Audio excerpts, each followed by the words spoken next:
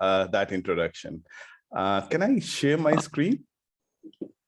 Yes, yes. In fact, you are co-host, so you can share. Yeah. Okay. Yeah, it's coming. Great.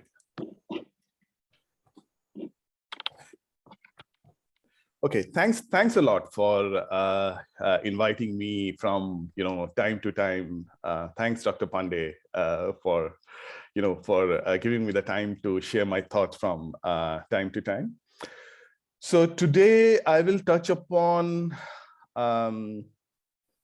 one specific area of data science, which is machine learning, and I am a practitioner of that. So in my day-to-day life, I use it. And I'll talk a bit about that. I use it as part of my job, as well as I practice it as part of some of my research work. And for one of them, even Dr. Pandey is involved. He will recognize it. So to start with, I'll show where machine learning has reached now, and don't want to make it depressive, but this is what it is. Okay, so you can see some images here which looks like perfectly normal human being. Believe it or not, none of these images are of real persons. Just this morning they were generated by a GAN network, a generative adversarial network called StyleGAN. So now a simplistic trained machine learning algorithm, a GAN network, can generate images where the human eye or even a machine cannot really distinguish whether these are real humans or not.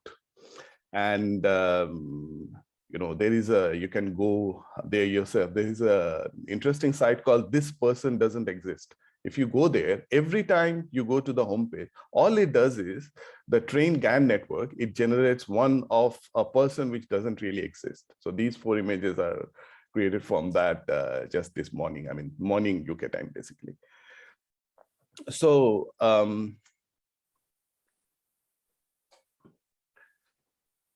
just to put things into perspective and go through, where machine learning is right now, where it is heading to. So as we all know, within the technology world, at least, we all follow through the Gartner hype cycle, and especially for AI, because it's an emerging tech. And if you follow the Gartner hype cycle, year on year, the majority of the elements within the Gartner hype cycle for emerging technologies is dominated by AI. So, every other area of technology is being now married with AI, whether it is distributed computing or even quantum computing. You can see, I mean, the one which was published August last year, one of the first elements added there is quantum ML, quantum machine learning mechanisms. And some of the ones are much more advanced right now, like the generative AI. So the images that I was showing, that is generated by the generative AI. And it's a bit conservative curve, I would say. So some of the things are more advanced than what is shown in the hype cycle. So here we can see that in the technology world, AI is almost dominating the emerging techs, and also it is merging with the other emerging techs that we can see in the business. Even the innovations are driven by AI. So there is one element in the curve you will see towards the start is AI-driven innovation. So what does that mean is we are relying more and more on AI. And again, AI is used here as a very generic term. I mean, it covers all the data science aspects. But the point here is even for innovation, we are looking towards AI, which may or may not be, the right approach, but that's what it is. And Gartner has started to do a very specific curve just for the AI and the adjoining domain. So, I mean, data science primarily. And you can see for some of those, they have actually gone beyond the peak, which is basically the hype. When it goes down the peak, it is getting towards mass market realization. So ML, of course, has gone through the peak. And again, this is a conservative curve, which means that where it is shown in the curve, the reality is probably somewhere further than that. So for example, NLP, I mean, to my experience is much beyond that. Same as the deep neural networks. So the deep neural networks are much ahead than that. So just to put a few things into perspective as well. So where does the word come from, machine learning? There are debates. Okay, so you might have seen this earlier as well. So it is generally attributed to Arthur Samuel. Arthur Samuel used to be one of the hardware and software programmer within IBM. He was coding one of the initial games, the checker games, as you can see in the image. He's been attributed to coining the term machine learning. The reality is, I have gone through all his papers. He actually never used the term machine learning. He talked everything about that, but never used the term machine learning. But anyway, so the paper which has been suggested that where he used the term, he actually talked about it in a slightly different way, as I quoted from the same paper there. So that was published in 1959. Almost a decade back, there was an interesting twisted term that was used by Alan Turing, not far from where I am sitting now. So he was from Maida Vale in London. I am around 15 minutes away from that place. So he used the term learning machine, and he explicitly used that term. So again, I mean, whoever we can attribute to, it's a personal choice, but the popular idea is it's Arthur Samuel who used it. Although personally, I prefer the word I mean, I don't prefer the word artificial intelligence, because as we all know, it's not really, I mean, it's not artificial intelligence and general intelligence. And we have started to use the general artificial intelligence as well. It's probably more augmented intelligence. So it augments the intelligence that we have. And any business application that you see right now is actually that. It augments our intelligence, whether it is a chatbot, whether it is, you know, an assisted doctor ecosystem. They are assisting human intelligence. So to see where machine learning is leading towards, or data science is leading towards, of course, we are talking about this thing in the business sense because it is bringing on disruptions. Disruptions on every possible business that we can think of, not just the business where, you know, which are kind of high tech. So I picked few of them here. So for example, HR management. There is a company called Harvard Talent Pitch. They were a startup, now they're getting much, much bigger. They are disrupting the HR management landscape using trained machine learning algorithm. So they are challenging the status quo of how HR business used to work. In many of the companies, there is a trend now to outsource HR management instead of keeping it inside, because things keep on evolving. And then, as we all know, the way things work is it always starts with a CV, and then, you know, processing the CV. So the HR individuals, they are not skilled on, they don't have to be on every possible things that's there in the HR, in the CV. So they do a keyword search, isn't it? So they will look for the keywords which the hiring manager has suggested, and that's how it works. As we all can understand, that's not a very efficient way of doing things. So the Harvard Talent Pitch, they don't use any CV. So the way it works is there is a trained machine learning model. So the candidate needs to interact with that machine learning model using natural language. And then based on how the candidate is interacting, the machine learning model provides some scenarios based on the business, and then how the candidate is reacting. Based on that, a confidence score is generated by the model. And that's how the hiring process actually works.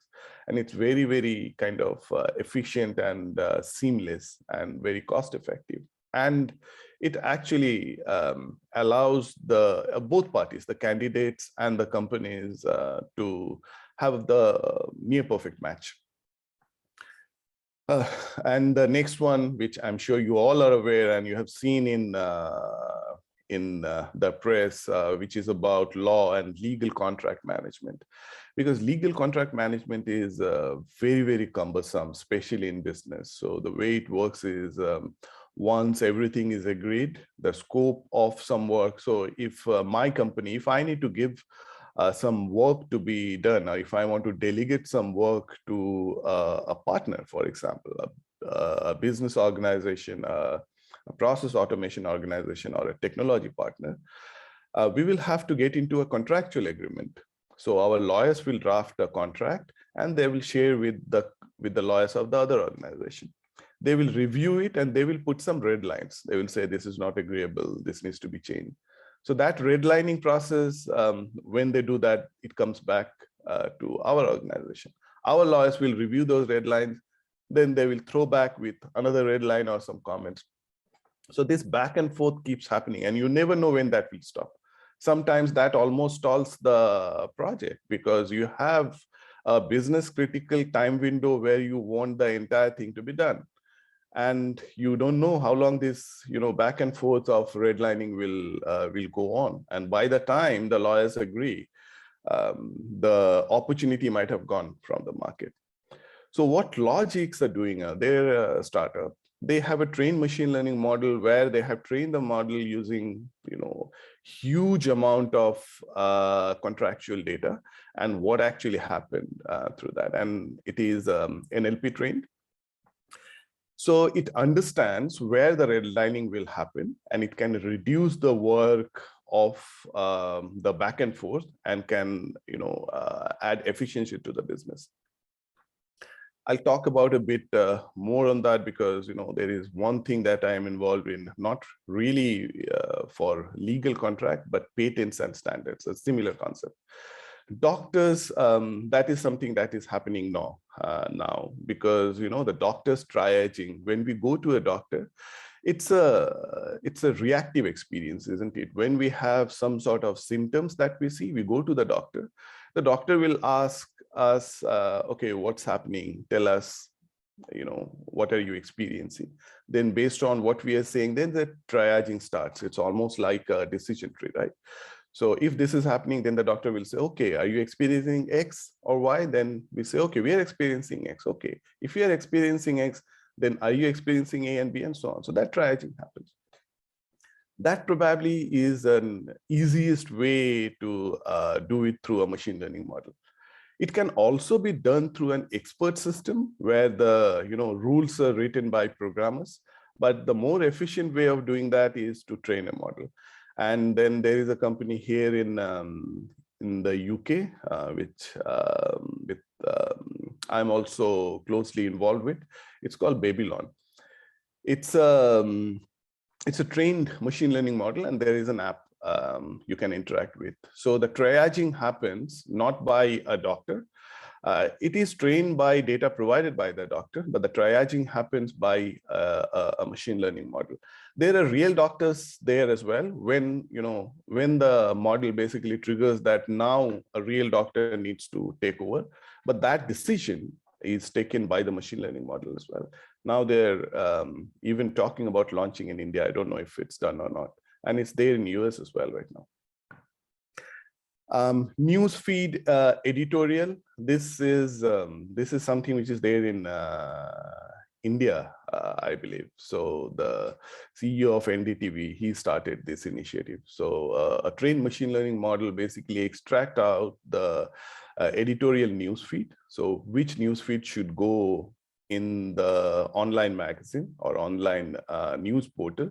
So the trained model actually decides that.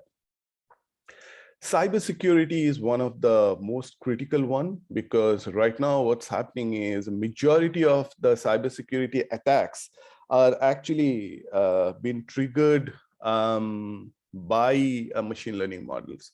So to kind of counter that, you have to have trained machine learning models, because otherwise it will become machine versus the man. Which may not be that efficient. So CrowdStrike is using a machine learning model to provide endpoint security. So instead of looking through patterns in the logs or doing some monitoring in the network operation centers, the entire process is driven by a trained model. Even some of the things that we generally thought that these needs intuitive and creative inputs like software testing, that is also now been taken over and disrupted by companies like Mabel, who are using trained model to go through the code and do testing, white box testing and black box testing as well. So black box testing is easy to do through trained models. I mean, previously, anyway, there were lots of tools who were doing rules-based testing through automated scripts, but now even white box testing, where someone needs to go through the code, that is also done by trained models. And related to that is even software development. So Builder.ai, they have a big presence in India as well, where, I mean, after the low code revolution or even the no code revolution, now trained models are creating code as well. All you need to do is in a natural language, you need to provide the user stories, and then the model basically takes that as an input and generates the code, which can then be looked by the software developers if some sort of improvement, enhancements, or optimization that needs to be done. So these are just a few which I picked just to show that almost every area that we can think of is getting disrupted by machine learning. And it is adding efficiency. At the same time, it is almost challenging the human workers.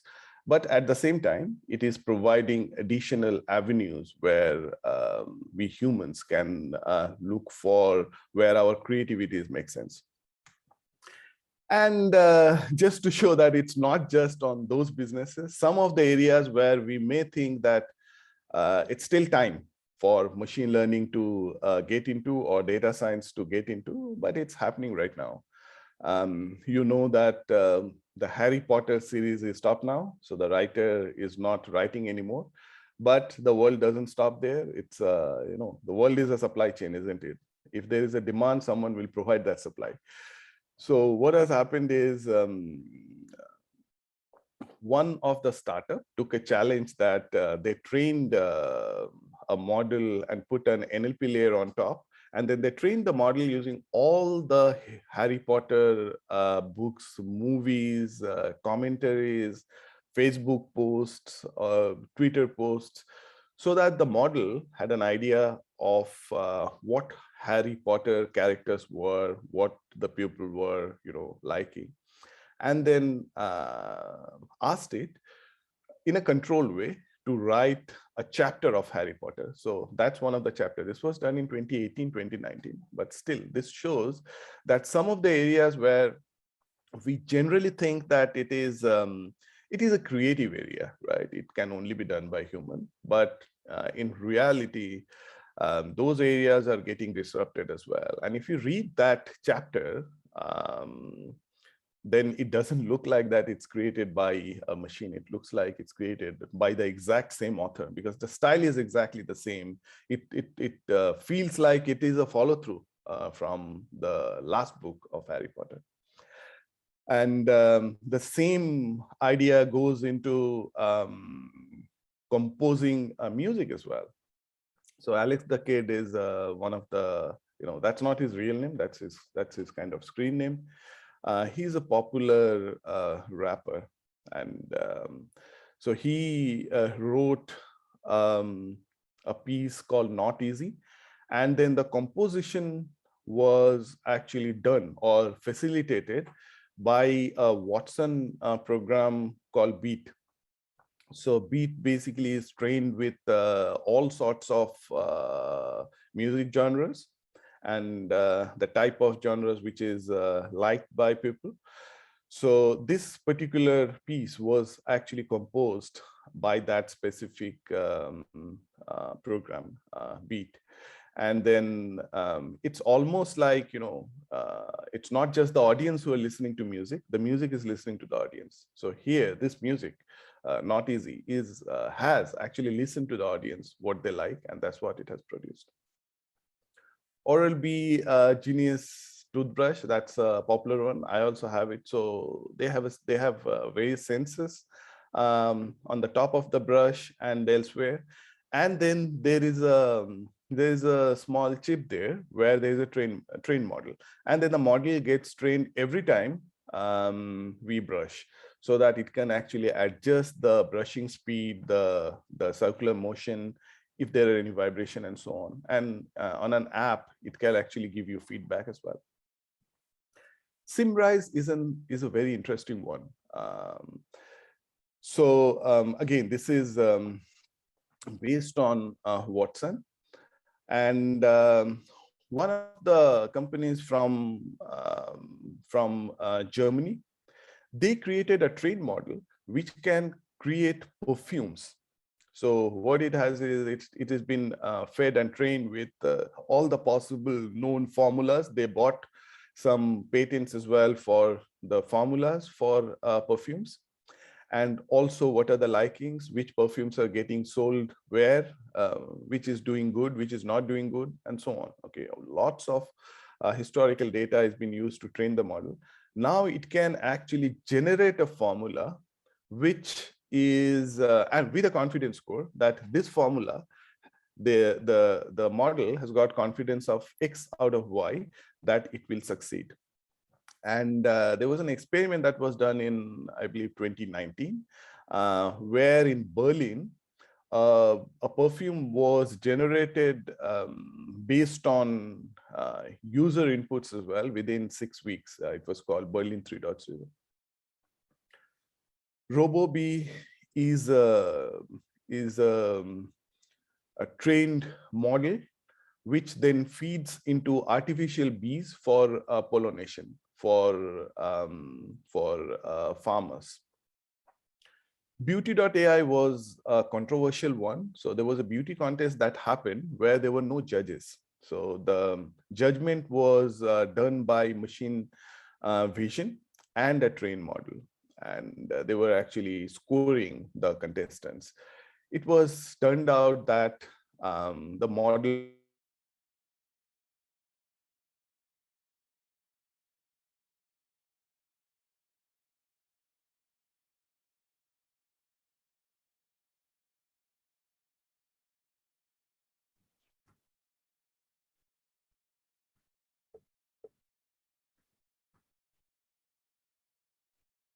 Hello, Pooja ma'am.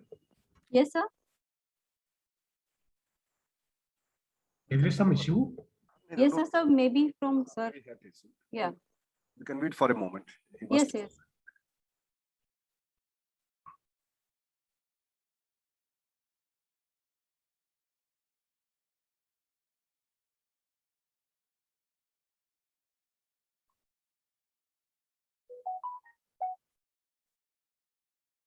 So, Pooja ma'am, in the meantime, Shri Satish Rai sir has also joined. Yes, yes. Good morning, sir. Good morning. Good morning. So Gautam sir must be joining again. He must be joining. Yes. Good morning, sir. Good morning, guys. कैसे हैं? ठीक है. It is always a pleasure meeting you and listening you. Same here, sir.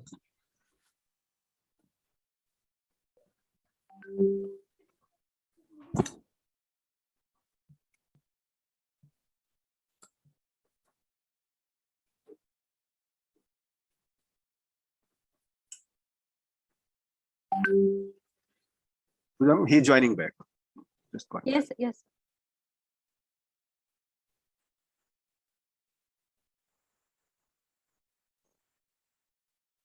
So he has joined. Yes, sir. He has joined. Please see. No, no, no, no, no, sir. No, sir, not. No, you're not right.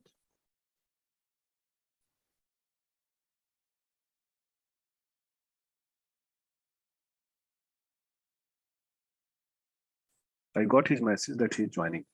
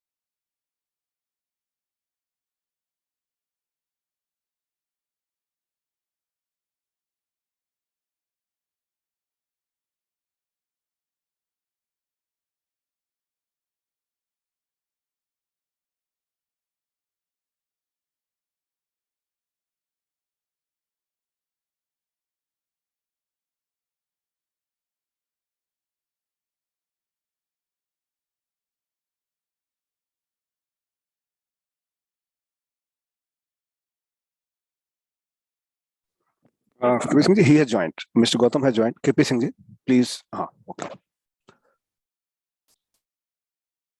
Hello. Hello, Yes, can you sir. hear me? Yes, I'm sir, yes, really sir. sorry. I No, don't no. know what happened. It just got disconnected and then, I was not able to join. I'm really sorry. I don't know. No. It's what no, actually- sir, Dada, please. Dada, just to mention, Mr. Satish Rai, he has also joined. Hi, Satish. Hello, sir. Hi, good to hear your voice after, I don't know how many decades. Yeah, 2 decades at least. Yeah. Okay. Yeah. Dada. Sorry, I just got disconnected. I'll continue there and I'll speed up a bit. As I was saying, beauty.ai, that was a bit controversial because it was seen, and that's one of the problem with data science, machine learning, and AI as well, as the previous speaker was saying as well, that if there is a bias in the training process, then it becomes a bit of a challenge actually, and that's what was found here. So the process, people with fair skin, when there was a, the skin color was different. So the next one is emotional temperature. So that is something that's heavily used by neurologists right now, and also some of the social media like Facebook.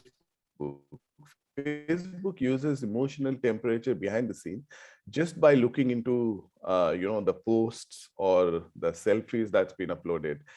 And behind the scene, they're doing some, interesting work and some work for the society. They don't publicize it that much. But I'm aware that they actually use the emotional model to when it goes through those model at the authorities. So just to show that, ML is not just disrupting the usual businesses, but getting into the businesses where we thought that there is still some time, like the creative ones.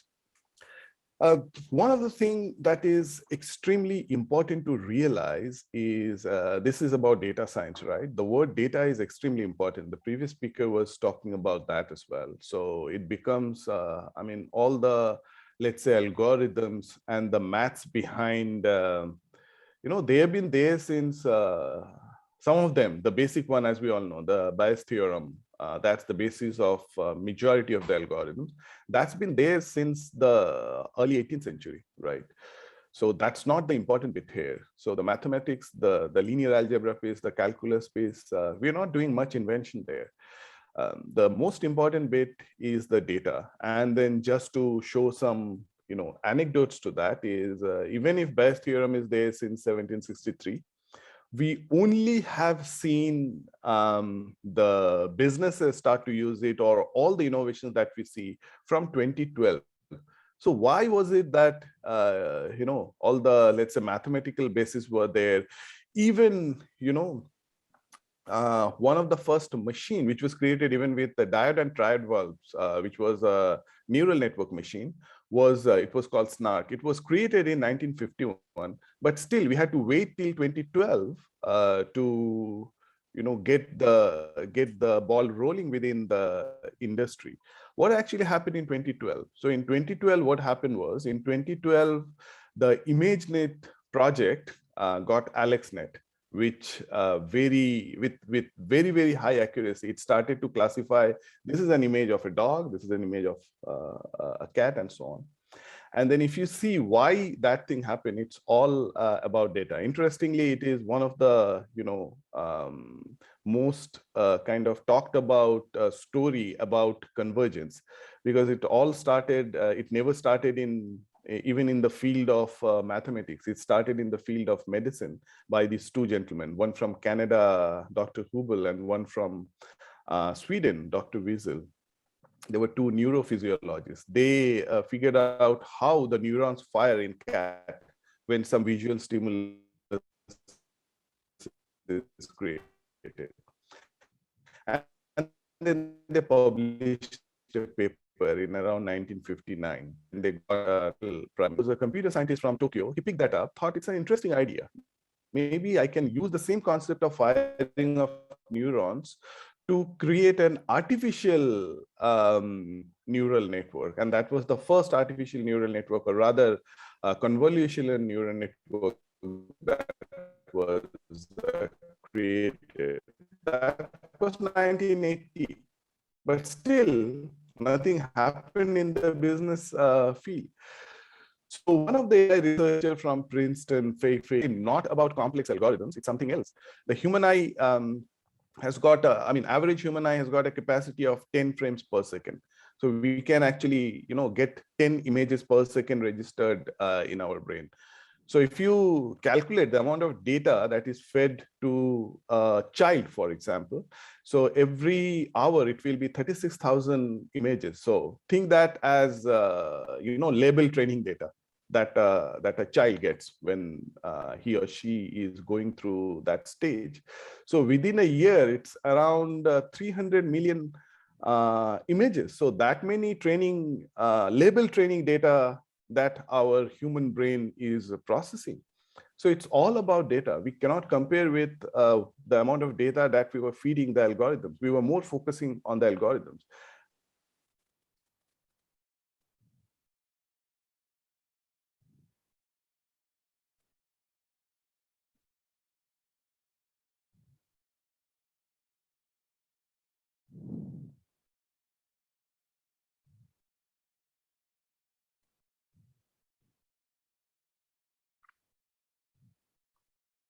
Pooja ma'am. Hello? Yes, sir.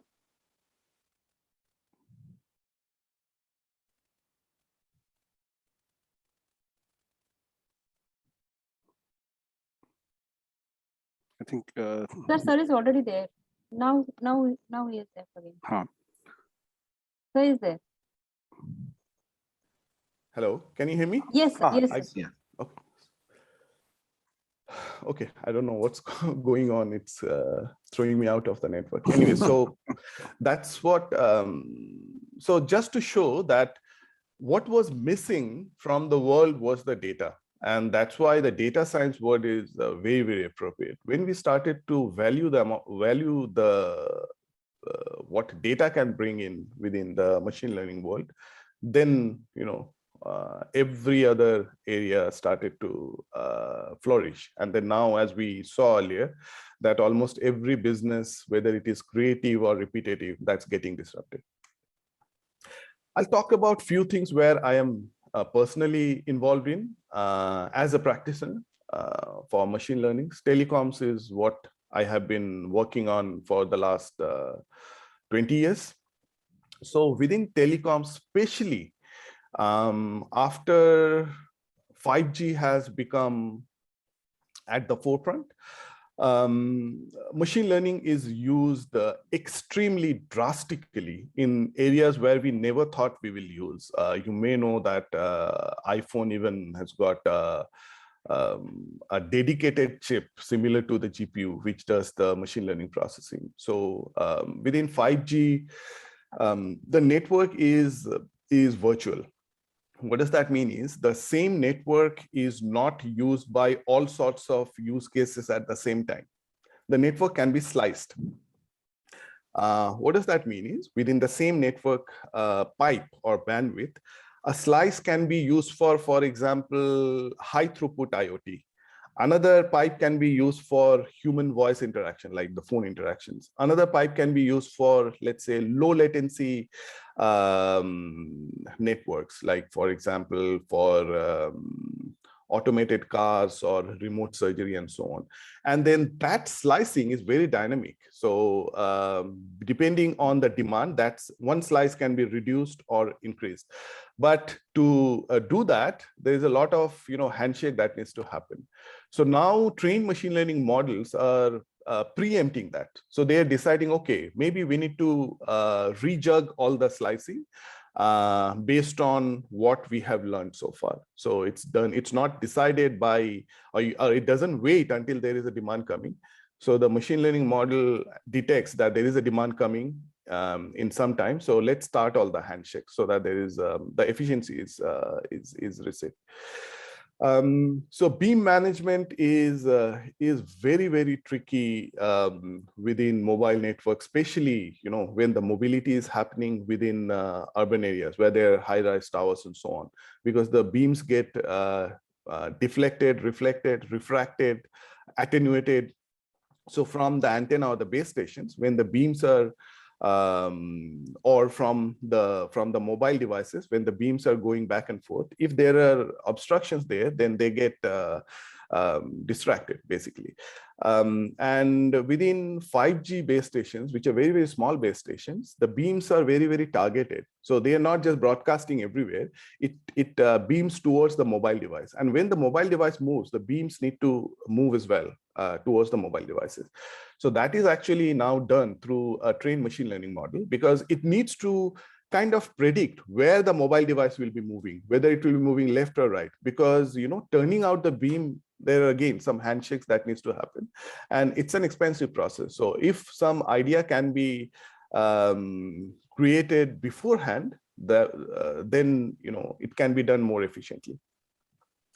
The device experience enhancement that's happening, I mentioned the iPhone thing. So, right now in majority of the mobile devices, the smartphones especially, when we take an image, the entire image processing happens through trained machine learning models, which sits within the device, because our devices are so powerful now. So when we were studying, probably those machines are not even closer to the mobile devices that we carry around in our pockets right now. And device security is extremely important now, especially after almost everything is happening through our mobile devices, whether it is banking transactions or opening up our front door or opening the garage door or looking after our elderly through assisted living. So now, as I mentioned earlier, crowdsource are doing endpoint monitoring using machine learning. Now, the telecoms are using machine learning model to check for device security. When a device is making a connection to a network, there's a lot of check that happens which are fed into trained models, which then can identify whether there is a threat on that device or not, whether some due diligence that needs to happen or not, whether the user needs to be alerted or not. And as I was mentioning during beam management, that the beams move and it needs to predict whether the mobile device is moving left, right, or whether it is stationary or not.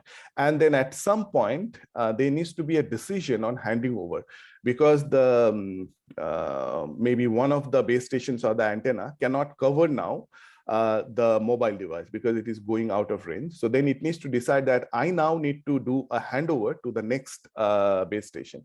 So those things are an extension of the beam management process that I was referring to earlier. And that is also now done by machine learning models rather than doing it through some rules, which are not that efficient. Another maybe most interesting thing that I find out right now is NLP. Natural language processing, because we don't realize it, but language is very, very hard. When you start to practice NLP, you will realize how hard it is. I just picked some examples here. So there is a word run, right? It can be used as a noun, as a verb. We don't realize it when we say that, I run every morning, or we will run out of milk soon. It's the same word, but you see the way it is used is completely different. For humans, it's very easy to pick the context. When I'm saying I run every morning, or I have an idea, I like to run past you, we can pick out the context. But for machines, it's extremely difficult. And then also in what reference it is used. So for example, this is a classic sentence used by NLP practitioners. The animal didn't cross the street because it was tired. Who is it?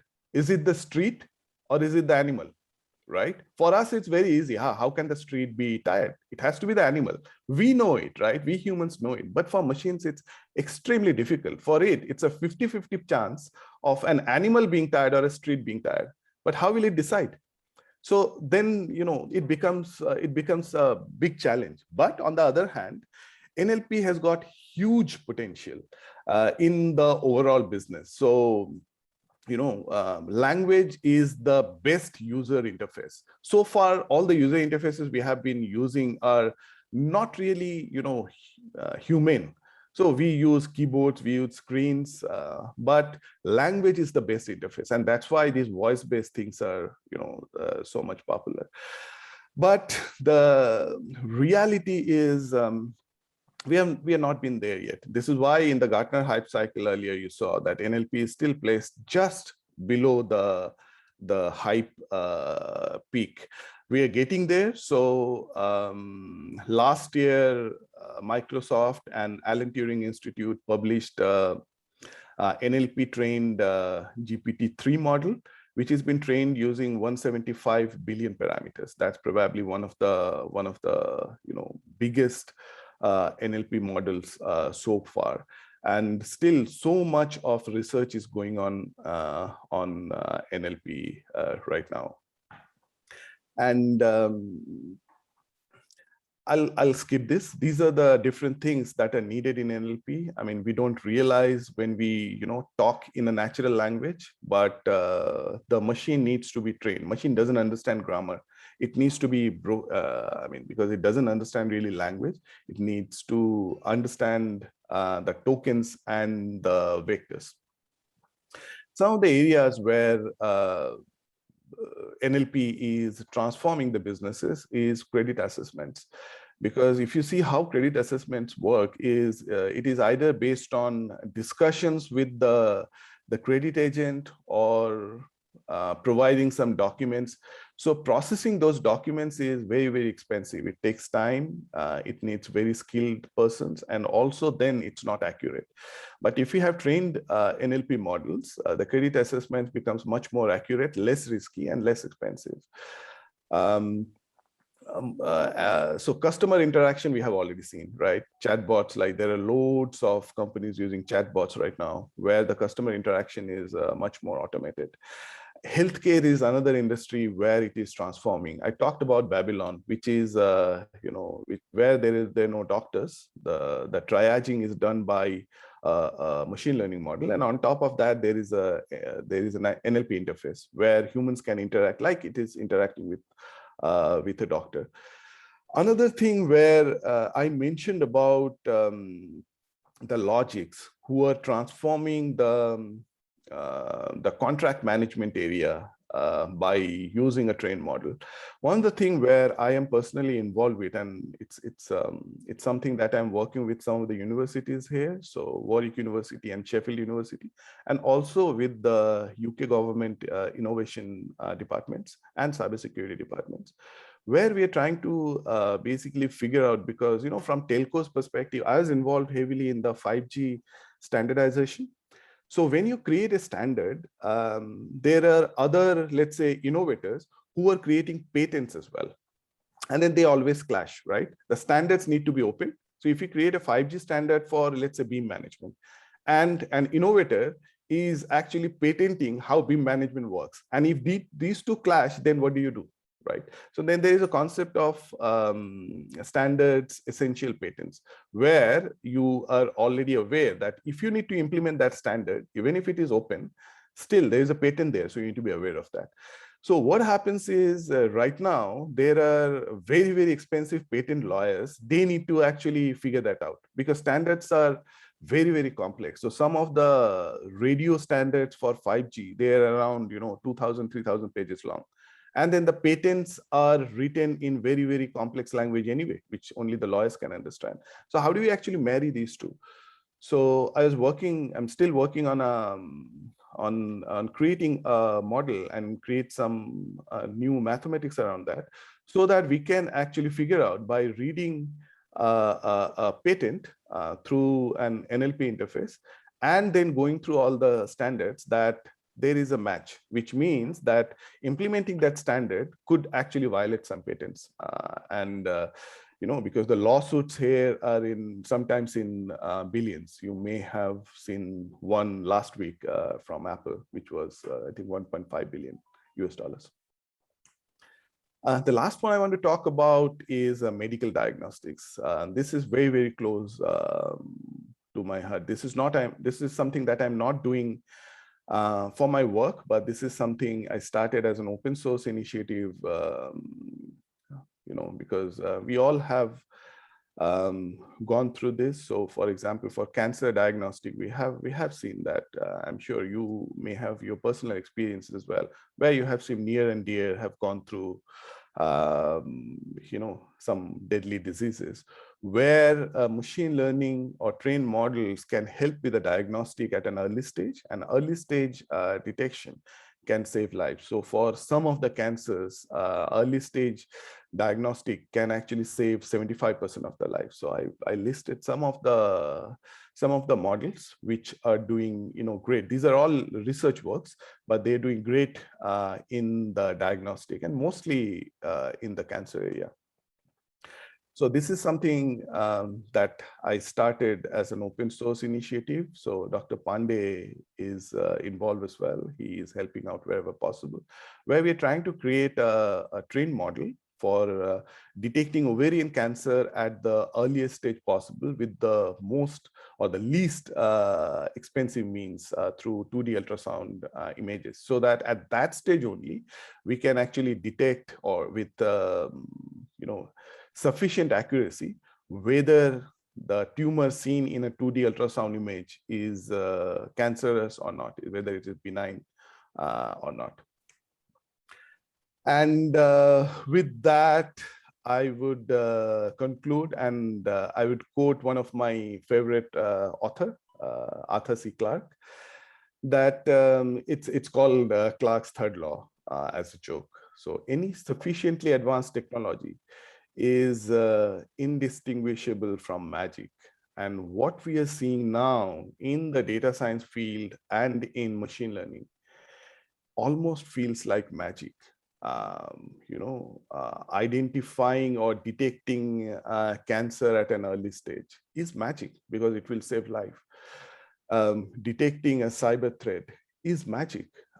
Creating a song out of nowhere is magic. Writing a poetry out of nowhere, writing the next chapter of Harry Potter by a trained model is magic.